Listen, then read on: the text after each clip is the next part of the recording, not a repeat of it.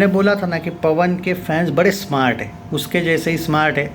और सही गेस किया आपने। Silver jubilee of miss Arunachal का जो एक इवेंट होने वाला है, उसमें पवनदीप राजन का सॉन्ग, और वो एक बिगेस्ट इवेंट है, बिगेस्ट इवेंट है ये पवनदीप राजन की लाइफ का।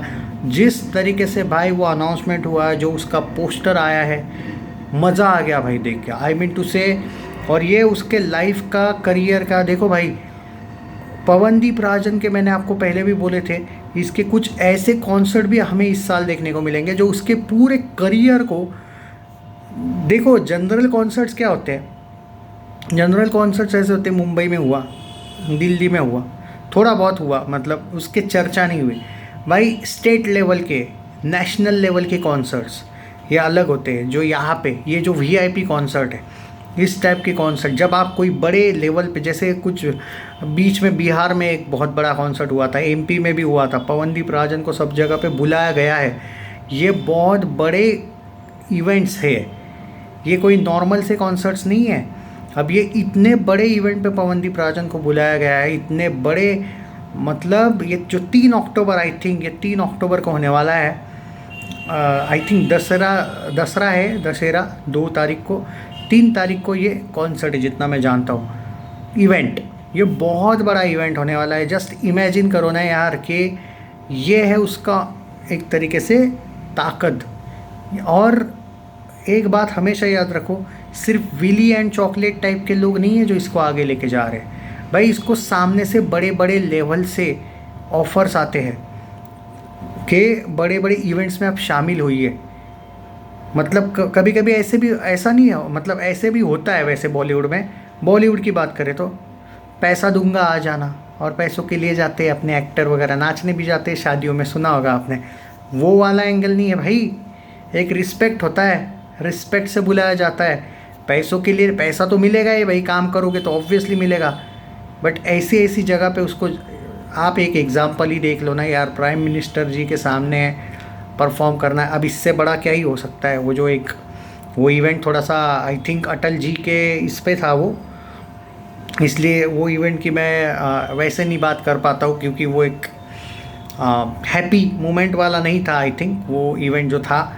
बट पर्टिकुलरली अगर बात करें दोस्तों, बट पवनदीप राजन को वो दिन दूर नहीं है भाई, ये बंदे को हर स्टेट में, क्योंकि भाई सिर्फ जहाँ पे वो रहता है वहाँ का ब्रांड एम्बेसडर की बात नहीं है भाई, इसको बाकी जगह से भी बड़ी बड़ी ऑफ़र आ सकती है। और अगर आपको सच्चे दिल से ये लग रहा है ना कि मैं बढ़ा चढ़ा के बोल रहा हूँ पवनदीप राजन की, बेवजह के गुणगान गा रहा हूँ, कुछ दिन रुक जाना, कुछ दिन मतलब 1 साल वगैरह छोड़ो, 4-5 महीने रुक जाना भाई, इस बंदे का कद कहाँ पे होगा देख लेना। इनफैक्ट एट प्रेजेंट ये जो कॉन्सर्ट इवेंट इसको मिला है, उससे ही इसका कद आप समझ नहीं पा रहे हो। If you are fan of him still, आप समझ नहीं पा रहे हो कि वो कितने बड़े लेवल पे गया है। It's a greatest news ever.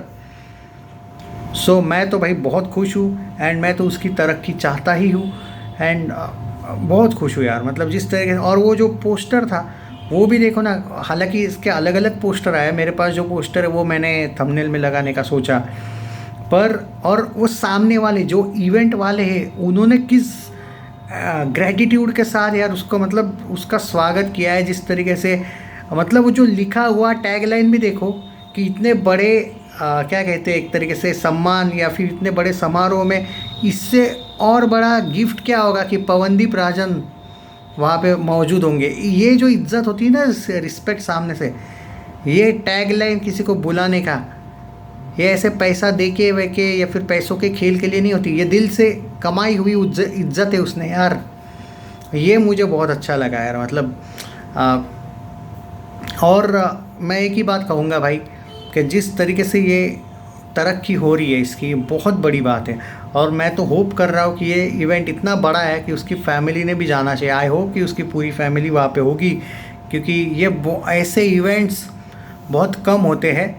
पूरे अरुणाचल प्रदेश का इवेंट है ना आई थिंक, अगर मैं सही हूँ तो, जितना मैं या आई थिंक या, तो भाई एक ही बात कहूँगा, आप इमेजिन करो पूरे स्टेट, इतने बड़े स्टेट का वो इतने बड़े इवेंट में वो प्रेजेंट कर रहा है उसको। आप सोचो उसके पूरे मतलब चलो ठीक है पूरे भारत के नहीं लेकिन एटलीस्ट उस पूरे स्टेट के जो लोकल चैनल्स हैं कितनी ज़बरदस्त न्यूज़ वहाँ पे गई होगी। और अब तो भाई पवनदीप राजन कौन है वाली एंगल ही नहीं रहा कहीं पे भी, वो उतना बड़ा हो ही चुका है कि आज तक शायद इतने इंडियन आइडल वगैरह फेमस नहीं हुए होंगे जो वो वाला इंडियन आइडल फेमस हुआ था। चाहे कोई माने ना माने, एग्री करे डिसएग्री करे, फ़र्क नहीं पड़ता। और पहले इंडियन आइडल की एक हाइप होती है, मैं खुद मानता हूँ वो चीज़, बट इस इंडियन आइडल ने जो पवनदीप राजन वाला जो इंडियन आइडल था, आई थिंक 12th सीज़न था मुझे जितना याद है, क्योंकि मैं इंडियन आइडल को इतना ज़्यादा फॉलो करता नहीं हूँ, झूठ नहीं बोलूँगा। पहला इंडियन आइडल थोड़ा सा अंधाधुंध याद है। एक श्रीराम का इंडियन आइडल था, वो एक श्रीराम, भूमि त्रिवेदी वगैरह थे उसमें, वो श्रीराम जीता था, वो एक इंडियन आइडल थोड़ा सा फॉलो किया था, वो भी पूरा नहीं। उसमें वो कोई मराठी अभिजीत कोसंबी करके भी था। और एक ये इंडियन आइडल ऑलमोस्ट मैंने इसके जो टॉप 10 वगैरह वाला एंगल था बाद में फॉलो किया था।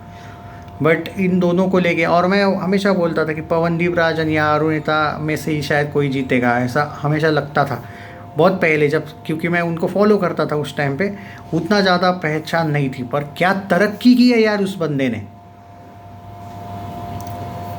No words. और इतने बड़े क्या कहते हैं एक तरीके से इवेंट में आपको बुलाया जाना, और द वे ऑफ टॉक जिस तरीके से बुलाया गया है, जो आदर सम्मान दिया है, कभी आपने देखा भाई? ये उस दिन मैं ये बोल रहा था, जो कुछ लोगों को मिर्ची लगी थी ना हिमेश के फैंस को, ये मेरा कहना था। अगर आप कॉन्सर्ट तो नहीं दे रहा था, वो अपने चैनल का प्रमोशन कर रहा था हिमेश, बट जो भी दे रहा था जैसे कि वो एक उपकार कर रहा था उन पे, एहसान कर रहा था कि भाई हाँ चलो मैंने सॉन्ग दिया, पवन गा आप चल। ये जो एक बिहेवियर होता है ना करण जौहर ने झूठ बोलने वाला, या फिर बड़े बड़े बॉलीवुड के जो ये थे, इन्होंने इनसे झूठे वादे किए थे, वो वाला एक एंगल, और उसके बाद ये खड़ा हुआ फिर भी कि किसी ने हेल्प नहीं की बॉलीवुड वगैरह में किसी, और उनसे उम्मीद भी नहीं बॉलीवुड वालों से, जो सेल्फ मेड वालों से तो कभी भी वो हमदर्दी नहीं रखते हैं और ना ही वो कभी आगे आने देते हैं। अगर बॉलीवुड में थोड़ी भी क्या कहते हैं एक तरीके से, कैसे हम बोलते हैं ना कि बॉलीवुड को गाली देते, उसके पीछे रीज़न भी, अगर उनमें थोड़ी भी शराफत होती ना, बेशर्मी कम होती ना उनमें, तो क्या आज पवनदीप राजन ने आज तक, अभी तक इतने दिन हो गए, इतने साल हो गए, क्या टी सीरीज़ जी म्यूज़िक कंपनी, क्या बड़े फिल्म में बड़े स्टार एक एक्टर को सॉन्ग अभी तक इसने प्लेबैक सिंगिंग नहीं करनी चाहिए थी? करनी चाहिए थी ना। ये है बॉलीवुड की मोनोपोली। क्या इनको दिखता नहीं है टैलेंट? अरे इनको पता है कि वो कितना टैलेंटेड है, पर बंदा उनका चमचा नहीं ना बनना चाहता है, उनके हाथ की कठपुतली नहीं ना बनना चाहता है। एक बार उनका डील ही ऐसा होता है कि तुम अगर टी सीरीज़ के साथ आओगे तो तुम बाकी इवेंट्स नहीं करने की, 1 साल 2 साल जो भी बॉन्ड होगा हमारे ही साथ करना पड़ेगा, वो वाला एंगल है। हाँ, इतनी बड़ी अपॉर्चुनिटी आई तो I have doubt, I mean पैसा बहुत ज़बरदस्त है, और टी सीरीज़ और बॉलीवुड मूवीज़ वो बहुत बड़ी बात है। शायद पवन एक्सेप्ट भी कर ले आगे चल के, लेकिन बॉलीवुड भी कितना ज़िद्दी और घमंडी है, देखो ना अभी तक ऑफ़र नहीं आया है। चैनल सब्सक्राइब नहीं किया है तो कर लीजिए। क्या कहना है इस इवेंट पे? Share this video.